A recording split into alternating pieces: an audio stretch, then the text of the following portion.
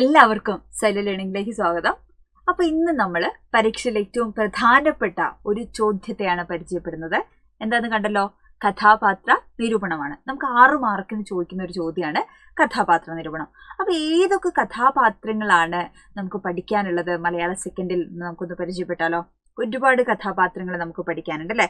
അപ്പോൾ കഥാപാത്ര നിരൂപണം എഴുതുന്ന സമയത്ത് കഥാപാത്രത്തിന്റെ വേഷം, രൂപം, കഥാപാത്രത്തിന്റെ സ്ഥാനം, ജീവിത പശ്ചാത്തലം, മൂല്യങ്ങള്, മറ്റുള്ളവരോടുള്ള ഇടപെടൽ, സ്വാഭിപ്രായം, നമുക്ക് അതിനോടുള്ള അഭിപ്രായം, ഇത്രയും കാര്യങ്ങൾ എന്ത് ചെയ്യണം നമ്മൾ കഥാപാത്ര നിരൂപണങ്ങൾ എഴുതുന്ന സമയത്ത് നമുക്ക് ശ്രദ്ധിക്കാം.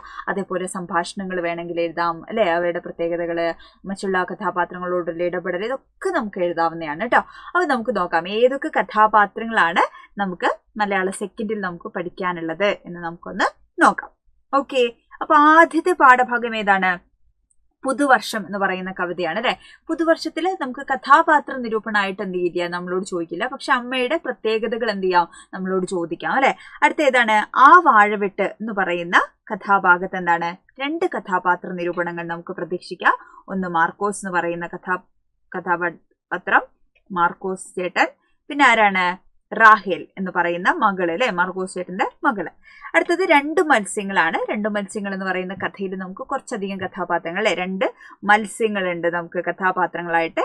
പിന്നെ ഏതാണ്? തവള ഒരു കഥാപാത്രമാണ്. തത്തയെ കുറിച്ചും ചിലപ്പോൾ നമ്മളോട് ചോദിക്കാം. ഓക്കെ, കിട്ടും മണമെങ്കിൽ ഇപ്പോൾ എന്നുള്ളതിൽ ഒരിക്കലും കഥാപാത്ര നിരൂപണം വരില്ല. അപ്പൊ അടുത്ത ഏതാണ്? കവിതയാണ്. അടുത്ത ഏതാണ്? തേൻകനി എന്ന് പറയുന്ന നാടകമാണ്. അതിൽ എന്ത് ചെയ്യാം നമ്മളോട്?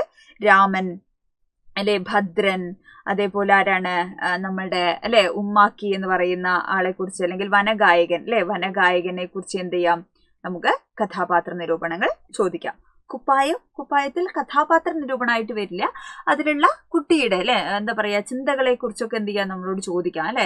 ചിലപ്പോൾ കഥാപാത്ര നിരൂപണമായിട്ടും എന്ത് ചെയ്യാൻ ചോദിക്കാം അല്ലെ, എന്താണ് അതിലുള്ള കുട്ടികളുടെ അല്ലെ പ്രതിനിധിയായിട്ടുള്ള അല്ലെ MTയുടെ ബാല്യകാല അനുഭവമാണ്, ചിലപ്പോൾ മേ ബി അത് ചോദിക്കാം അല്ലെ. അപ്പൊ എന്താണ് അത്തരത്തില് കഥാപാത്ര നിരൂപണമായിട്ട് ഇതുവരെ കണ്ടിട്ടില്ല, ചോദിക്കാമെങ്കിൽ ആ ഒരു കഥാപാത്രത്തെയാണ് നമ്മളോട് ചോദിക്കുക.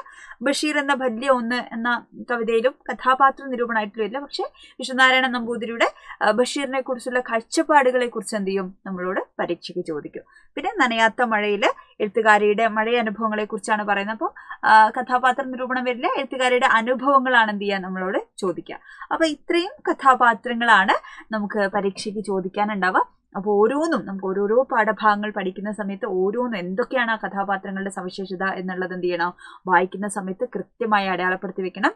ലൈവുകൾ എടുക്കുന്ന സമയത്ത് ടീച്ചർ പ്രത്യേകമായിട്ട് എന്ത് ചെയ്യാം ഓരോ കഥാപാത്രത്തെയും ഓരോ പാഠം എടുക്കുന്ന സമയത്ത് ഡീറ്റെയിൽ ആയിട്ട് ടീച്ചർ പഠിപ്പിച്ചിരും. അപ്പൊ ഇത്രയും കഥാപാത്രങ്ങൾ ആണ് വരിക എന്നുള്ളത് ഓർത്ത് വെക്കുക. പ്രധാനപ്പെട്ട പോയിന്റുകളൊക്കെ ഒന്ന് കറക്റ്റ് ചെയ്ത് നോട്ട് ചെയ്തൊക്കെ വെക്കാൻ വേണ്ടി ശ്രമിക്കുക.